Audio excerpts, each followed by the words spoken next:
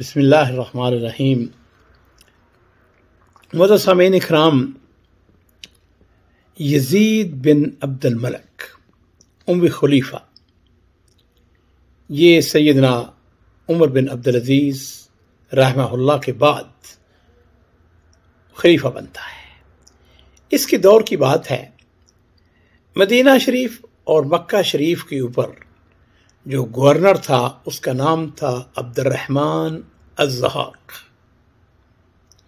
یہ شخص جو تھا خلیفہ کا بڑا قریبی تھا، خلیفہ اس کے ساتھ بڑا پیار بھی کرتا تھا، بڑا اس کا احترام کرتا تھا، بڑی محبت تھی۔ یہی وجہ تھی کہ پہلے وہ صرف مدینہ کا گورنر تھا، پھر اس نے مکہ کا گورنر بنا دیا، اب دونوں حرمین شریفین کا یہ گورنر۔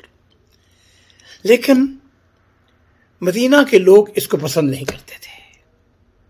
یہ شخص جو تھا فاسق، فاجر، ظالم، لوگوں کے ساتھ، علماء کے ساتھ اچھا سلوک نہیں کرتا تھا۔ عبد الرحمن الضحاک اس نے ایک دفعہ اس کے دل میں نہ جانے کیا خیال آیا، مدینہ شریف کے اندر سیدنا حسین ابن علی بن ابی طالب، ان کی صاحبزادی، ان کا نام تھا فاطمہ، بیوہ ہو چکی تھی، عمر بھی ان کی تقریباً 60 سال کے قریب تھی، بچے تھے ان کے۔ عبد الرحمن الضحاک نے اپنے دل میں سوچا کہ میں اہل بیت کے ساتھ رشتہ داری تعلق قائم کروں۔ چنانچہ وہ سیدہ فاطمہ بنت حسین کا رشتہ لے کر ان کے گھر میں آتا ہے۔ اب یہ خاتون بڑی عظیم خاتون تھی، مدینہ شریف کے اندر ان کا بڑا مقام تھا، ہاشمیہ تھی۔ انہوں نے اس کو ٹال دیا، کہنے لگے نہیں، میرا بھی کوئی شادی کرنے کا کوئی پروگرام نہیں ہے، میں شادی نہیں کرنا چاہ رہی ہوں۔ وہ پیغام بھجواتا رہا، ورگلاتا بھی رہا۔ ورگلانے سے مراد یہ ہے کہ لالچ، پیسہ، میں گورنر ہوں، میری یہ اہمیت ہے۔ لیکن سیدہ نے انکار کر دیا، انکار نہیں، میں نے شادی نہیں کرنی، میرے بچے ہیں، میں اپنے گھر میں خوش ہوں۔ اس بدبخت نے ایک اور طریقہ اختیار کیا، اور وہ یہ تھا کہ ان کو اس نے تحدیات، ان کو تنگ کرنا شروع کر دیا، اور پیغام بھیجا کہ اگر آپ نے میرے ساتھ شادی نہ کی تو میں آپ کا جو بڑا بیٹا عبداللہ ہے اس کے اوپر الزام عائد کروں گا کہ اس نے شراب پی تھی، اور شراب کے الزام میں سر عام ان کو کوڑے لگاؤں گا، تمہارے خاندان کی بے عزتی ہوگی۔ یہ عظیم خاتون کوئی معمولی خاتون نہیں تھی۔ ان کی شادی سیدنا حسن بن علی کے صاحبزادے، جن کا نام بھی حسن تھا، ان کے ساتھ ہوئی تھی، اور یہ اولاد ان کی تھی۔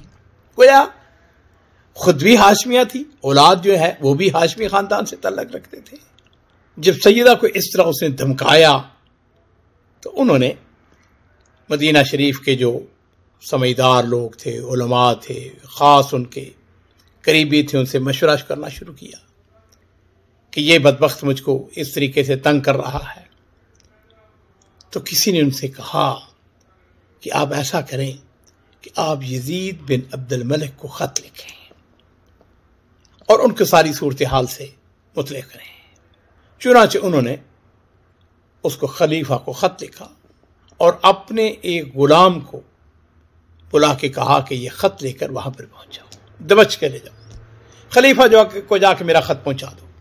ادھر وہ غلام ان کا خط لے کر وہاں سے روانہ ہوا، اور ادھر خلیفہ کا ایک خاص ابن ہرمز، یہ خراج وصول کرتا تھا، اب اس کو وزیر مالیہ کہہ سکتے ہیں، سیدہ کے پاس آتا ہے۔ سیدہ کا ایک مقام تھا، ایک مدینہ شریف کے اندر اہل بیت میں سے تھیں۔ پردے کے پیچھے آ کے سیدہ سے اس نے آ کے پوچھا، ان کے حال احوال پوچھے، سوال کرتے کرتے اس نے کہا کہ میں خلیفہ کے پاس جا رہا ہوں، اگر کوئی مسئلہ ہے، اگر کوئی پرابلم ہے مجھ کو بتائیں، میں آپ کا خادم ہوں، آپ کا نوکر ہوں، اہل بیت کا۔ انہوں نے اپنا جو مسئلہ تھا اس کو بیان کر دیا، کہنے لگی کہ خلیفہ کو جا کے میرا یہ پیغام دے دینا۔ اب ادھر ان کا جو غلام ہے وہ بھی چلا جاتا ہے خط لے کر، اور ادھر ابن ہرمز یہ بھی دمشق پہنچ جاتا ہے۔ خلیفہ نے ابن ہرمز جو کہ وہ وزیر مالیہ تھا اس کو بلایا، اس کے پاس اکیلے 1 to 1 ملاقات ہو رہی ہے. خلیفہ پوچھ رہا ہے وہاں مدینہ کے کیا حالات ہیں.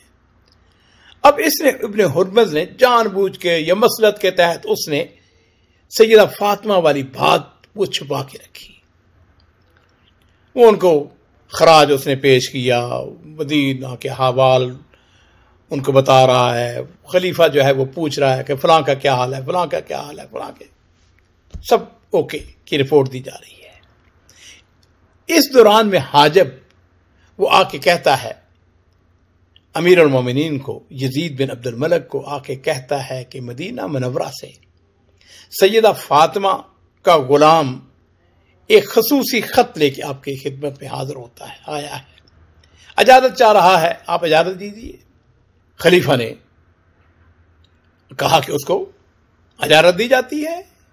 اس دوران میں ہرمز تھا، اس کو بھی وہ بات یاد آ گئی یا اس نے جو چیز چھپائی ہوئی تھی اس نے خلیفہ کو اس نے بتانا شروع کر دیا. اس نے ایسے ایسے ایسے سیدہ نے آپ کے نام پیغام دیا تھا، میں بھول گیا تھا.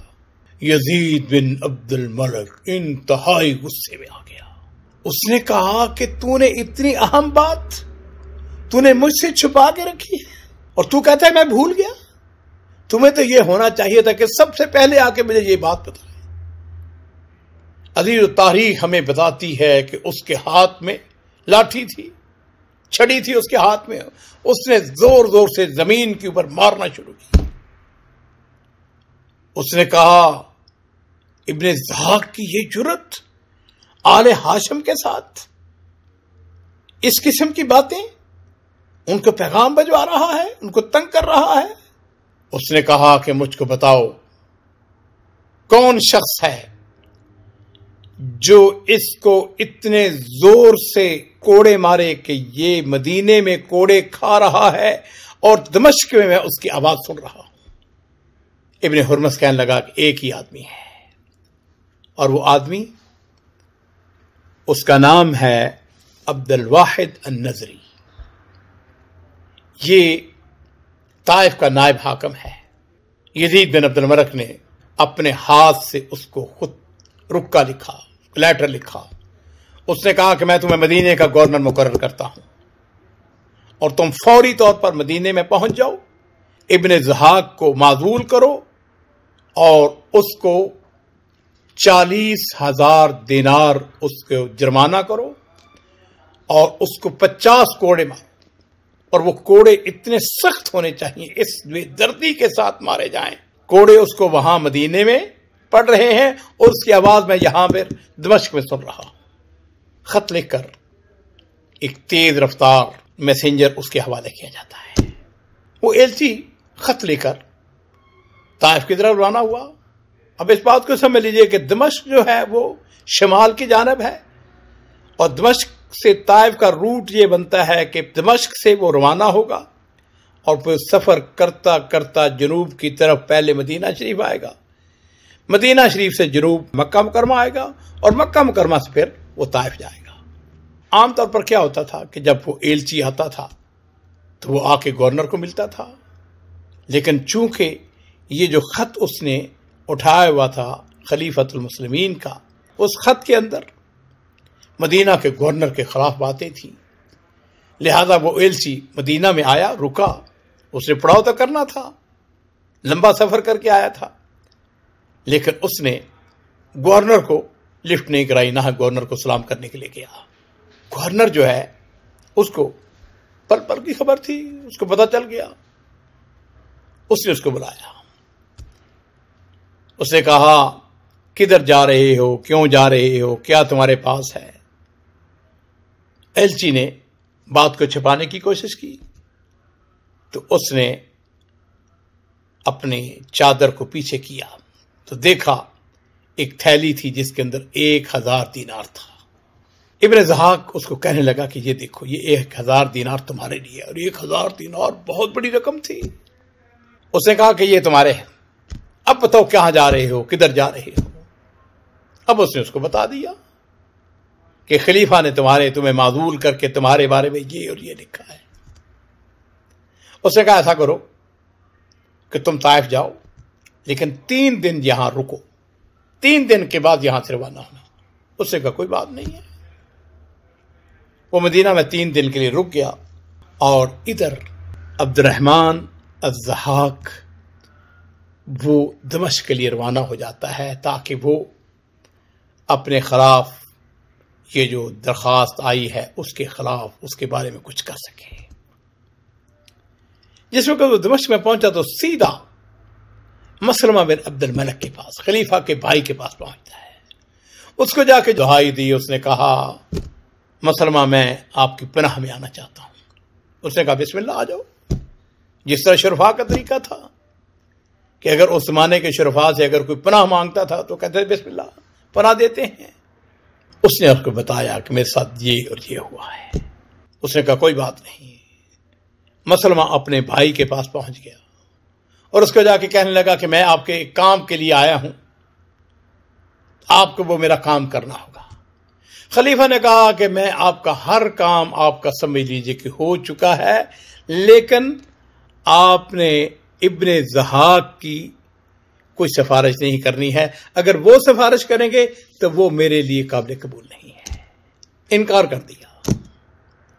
چنانچہ مسلمان نے ابن ضحاک کو کہا، کہنے لگا کہ ایسا ہے کہ تمہارے لیے ایک ہی حل ہے کہ تم واپس چلے جاؤ، مدینہ واپس چلے جاؤ۔ اور پھر عزیزو ایسا ہوتا ہے کہ عبد الواحد النظری طائف سے آتا ہے مدینہ شریف کے اندر، اس کو آ کے 40,000 دینار اس کو جرمانہ کرتا ہے۔ اس کے بعد پیسے نہیں تھے، اتنا بڑا جرمانہ، لیکن اس نے جو کچھ اس کی جائیداد تھی، جو کچھ اس کے پاس تھا، اس نے اس کو فروخت کیا، اور فروخت کرنے کے بعد وہ اس نے جرمانہ ادا کیا، اور پھر اس کو خلیفہ کے حکم کے مطابق 50 کوڑے لگائے جاتے ہیں۔ اور وہی وہ مبالغے والی بات ہے کہ کوڑے اس کو وہاں پہ پڑ رہے تھے، لیکن اس کی صدا، اس کی آواز دمشق میں پہنچ رہی تھی۔ عزیزو یہ انجام ہے ہر اس جابر کا، ہر اس ظالم کا، اس حاکم کا جو اپنی حکمرانی کے وقت یہ سمجھتا ہے کہ مجھے کون پوچھنے والا ہے، میں جو چاہوں کروں، لیکن ان بطش ربک لشدید، اللہ تعالیٰ کا کوڑا جو ہے بڑا سخت ہے۔